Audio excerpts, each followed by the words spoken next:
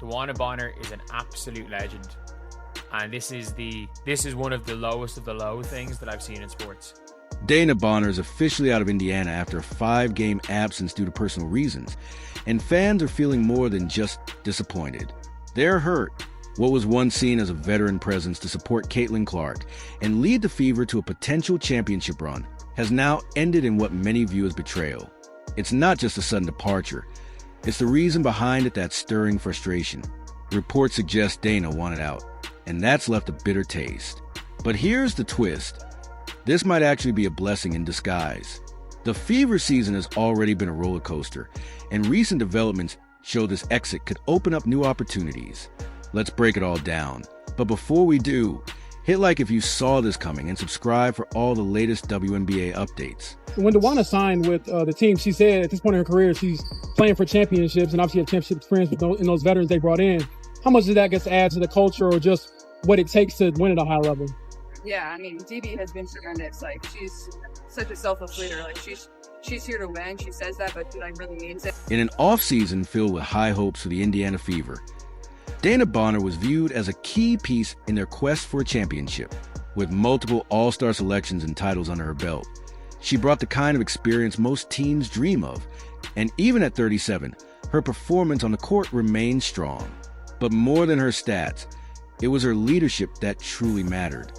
Last season, led by Caitlin Clark, the Fever made a surprise run to playoffs and quickly became one of the WNBA's most talked about teams. Still, their momentum was cut short when they were swept in 2 games by the Connecticut Sun. After that loss, even Caitlin admitted the team lacked the playoff experience and veteran guidance needed to go further, which is exactly why Dana was brought in. And at first, she looked like the ideal addition, saying the right things, embracing a team-first mindset, and stepping into the role of seasoned leader.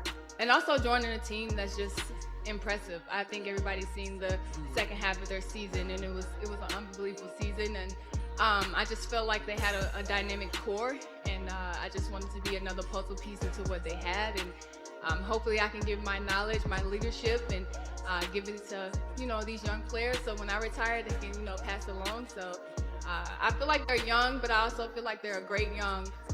They don't need too much coaching and too much leadership. They kind of figure it out themselves, and I'm just hoping that I can add to it and make basketball a little easier for them, and as well they can make it a little easier for me. DeWanna Bonner received a hero's welcome in Indiana.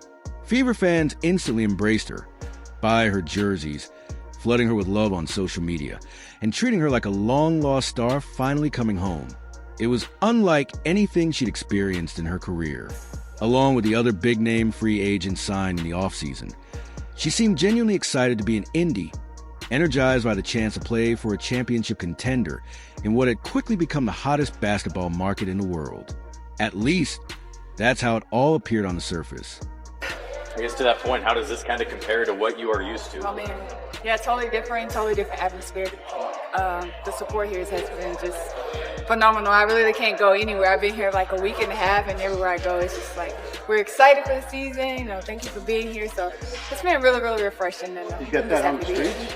I'm sorry? You get that on the streets? Yeah, everywhere. Everywhere I go, it's just, can't even go to the grocery store without someone saying how excited they are. So it's just been really refreshing. I'm excited to be here. Caitlin Clark, despite her remarkable accomplishments and maturity, is still just 23 and learning the ropes in real time. She was genuinely excited to have DeWanna Bonner on the squad. As you heard in the earlier clip, Caitlin saw Dana as a selfless veteran, someone willing to do whatever it took to help chase a championship. But was that belief misplaced? Dana's Fever stint started with a high point, climbing to third on the WNBA's all-time scoring list during a blowout went over the sky. But things unravel fast. She struggled out of the gate, averaging just 7 points per game, less than half of her 15-point average from last season. And while part of that slump falls on Dana, it also fueled growing concerns among fans and analysts alike. Did the front office really bring in the right pieces to support Caitlin Clark? And did head coach Stephanie White have a real plan to make this roster work?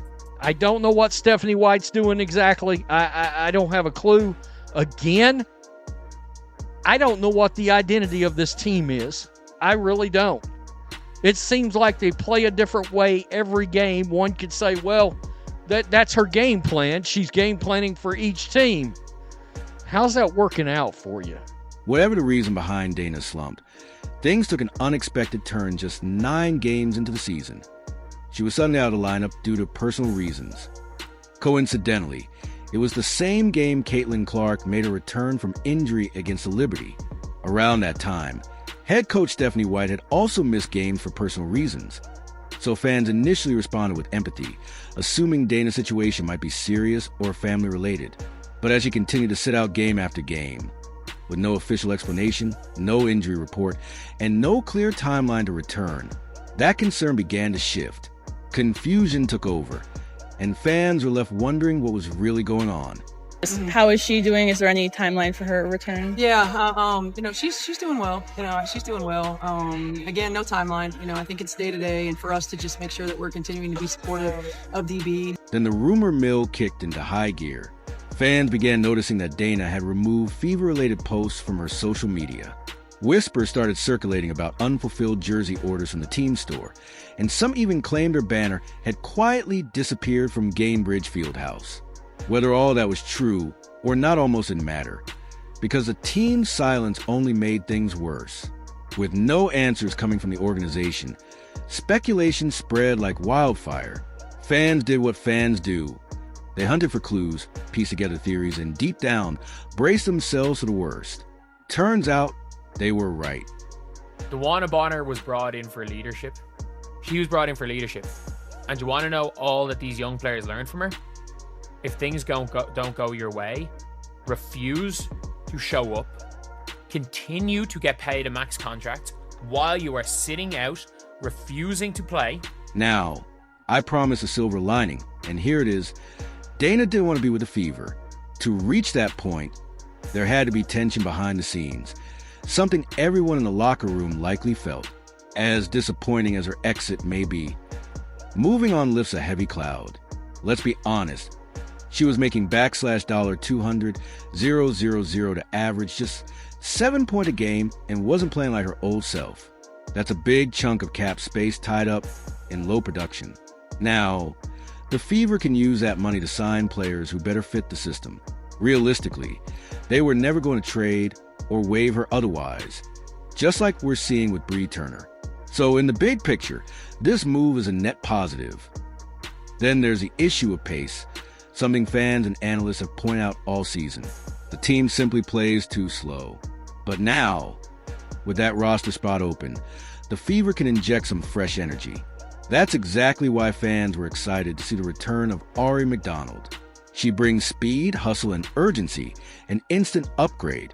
And despite Dana's departure, the team still has strong veteran leadership in Natasha Howard and Sydney Colson. That box is still checked. Championship experience and locker room presence, of course. There's still work to do. The Fever have lost some size, and it'll be interesting to see who they bring in next.